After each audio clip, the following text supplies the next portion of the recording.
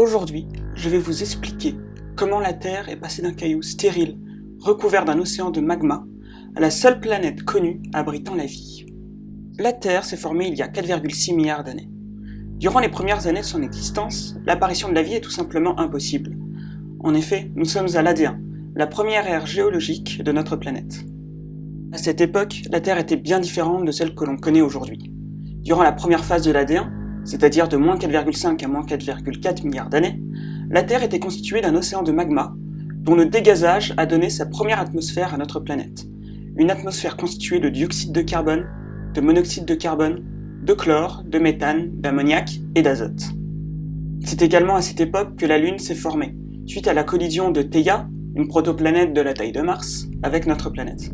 Entre moins 4,4 et moins 4 milliards d'années, une procroûte continentale se forme, et entre moins 4,1 et 3,9 milliards d'années, ce grand bombardement tardif.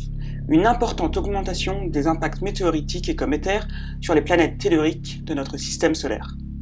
Les cicatrices de ces impacts sont encore visibles sur la Lune. Ce pilonnage intensif a considérablement augmenté la quantité d'eau sur Terre grâce à la glace contenue dans les météorites. Suite à une baisse des températures, l'eau, présente en grande quantité dans l'atmosphère primitive, est passée à l'état liquide. Cette pluie durera plusieurs centaines de millions d'années et permit de remplir les océans du globe. Nous voilà arrivés au Précambrien, et plus précisément à l'Archéen. Nous sommes 4 milliards d'années avant notre ère. La Terre est à présent pourvue d'une croûte et d'océans. Cependant, l'atmosphère est toujours dépourvue de dioxygène. Et c'est dans ces océans, entre moins 4 et moins 3,6 milliards d'années, que les premières formes de vie sont apparues. Elles étaient sous la forme d'êtres unicellulaires prokaryotes.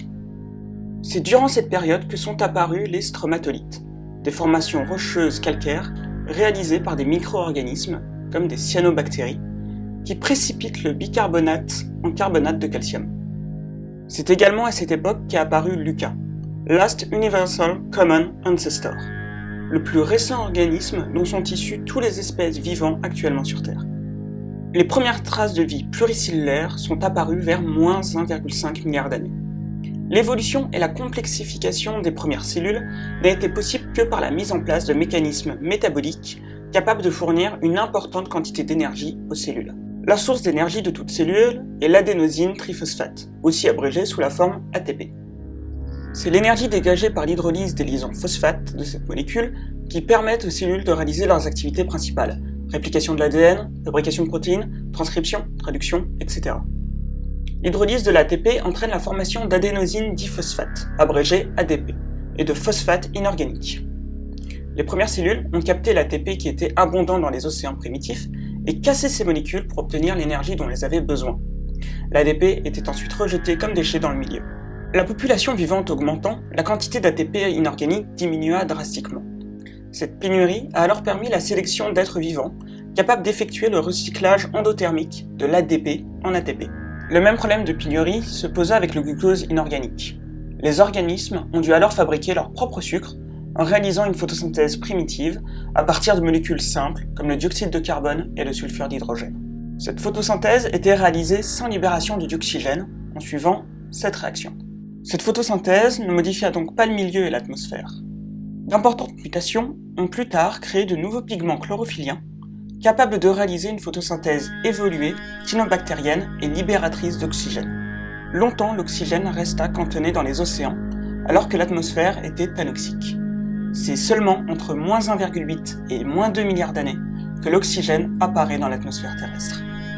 La respiration remplaçant la fermentation avec l'apparition du dioxygène, on assista à la prolongation des processus déjà utilisés. La glycolyse, un mécanisme permettant la production d'énergie grâce à l'assimilation du glucose, est poursuivie grâce à des phénomènes oxydants, la transformation du pyruvate et le cycle de Krebs. Ces nouvelles réactions ont permis un rendement 18 fois supérieur à l'utilisation primitive anaérobie du glucose. Ce qu'il faut retenir, c'est que la vie n'est apparue qu'une fois, car en se développant, elle a détruit les conditions de sa propre apparition. La matière organique n'aura plus jamais par la suite le temps d'atteindre des états de complexité compatibles avec la vie primitive. Les composés seront consommés avant d'y parvenir. Durant 3,5 milliards d'années, la vie reste à l'état de colonie cellulaire confinée aux océans, et ce, jusqu'au début du Paléozoïque avec l'explosion cambrienne, il y a 550 millions d'années. Le fait que la vie soit confinée aux océans vient du fait que jusqu'à moins 600 millions d'années, l'atmosphère était dépourvue de couches d'ozone, qui permet de protéger la surface des rayonnements UV nocifs pour la vie. Il faudra donc attendre moins 600 millions d'années pour que le dioxygène ionisé par les rayonnements du Soleil forme de l'ozone O3, rendant ainsi la surface terrestre vivable. L'explosion cambrienne désigne l'apparition soudaine à l'échelle des temps géologiques d'anatomies entièrement nouvelles, qui préfigurent déjà les grands groupes d'animaux actuels. Tous les plans d'organisation existants de nos jours apparaissent alors à ce moment-là. Son apogée semble culminer entre moins 520 et moins 540 millions d'années. Cet événement évolutif sans précédent, attesté par de nombreuses données paléontologiques et moléculaires, marque un tournant décisif dans l'évolution de la vie sur notre planète. Cette faune présente 140 espèces réparties en 119 genres, dont 37% d'arthropodes. Elle contient un riche assortiment d'éponges et d'algues, 7 espèces de brachiopodes, 19 espèces de trilobites à partie dure, 4 espèces d'échinodermes et 1 ou 2 espèces de mollusques ou célenterés. Au cours du Cambrien, la diversité animale est maximale. Le nombre de phylums est très grand, au moins le double de l'actuel. Il y a 440 millions d'années, les premières plantes sortent de l'eau. Les sols, à proximité de l'eau, sont colonisés par des végétaux, comme des mousses ou des lichens. Quelques millions d'années plus tard, les plantes développent des systèmes racinaires, leur permettant de s'éloigner des côtes. Les premières traces d'animaux se déplaçant sur Terre sont datées de 410 millions d'années, d'après des fossiles retrouvés dans les couches géologiques. Il s'agissait d'arthropodes, de la famille des scorpions, d'acariens, de myriapodes et d'insectes. Mais c'est véritablement il y a 375 millions d'années que l'on voit apparaître des modifications sur le squelette de certains poissons. Les nageoires sont rigidifiées avec des éléments squelettiques. Dans un premier temps, ces débuts de pattes devaient apporter un avantage décisif pour se déplacer dans un environnement boueux. Acanthostega gunnari faisait certainement partie de ces premiers tétrapodes sortis de l'eau. Il faut attendre moins 360 millions d'années pour qu'apparaissent des animaux capables de se déplacer véritablement sur Terre. Mais il y a environ 250 millions d'années, la vie terrestre va subir l'extinction la plus massive de son histoire. C'est l'extinction Permien-Trias qui va entraîner la disparition de 70% des espèces terrestres et de 95% des espèces marines. Cette extinction de masse est expliquée par de gigantesques épanchements magmatiques en Sibérie, mais aussi dans la province d'Emeishan en Chine. Les trappes de Sibérie auraient émis de grandes quantités de gaz carbonique, qui auraient donc produit un réchauffement climatique. Ce réchauffement a eu pour effet de faire baisser la quantité de dioxygène dans les océans, ce qui serait la cause principale de la mort des organismes marins. Il y a 230 millions d'années, les premiers dinosaures se développent, pour un règne qui va durer pendant plus de 160 millions d'années. Parmi eux, Coelophysis, l'un des plus anciens dinosaures connus, qui vécut entre 230 et 205 millions d'années. C'est à partir des reptiles mammaliens qu'émerge la branche des mammifères, il y a environ 225 millions d'années.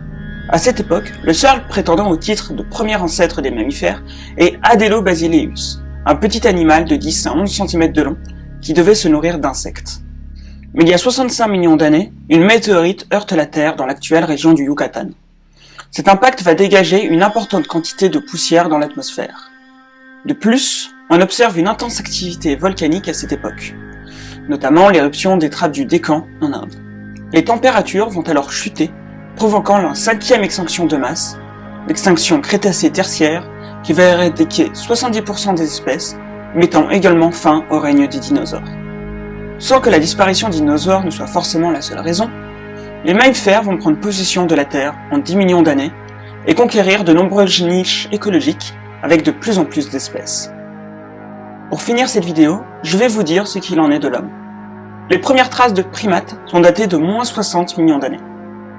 Cependant, il faudra encore du temps pour que les premiers hominidés apparaissent. Leurs premières traces ne datent que de moins 7 millions d'années. Le plus ancien hominidé actuellement connu est Sahelanthropus tchadensis, qui vivait dans ce qui est l'actuel Tchad. Quant à Homo sapiens, ses premières traces remontent seulement à 200 000 ans.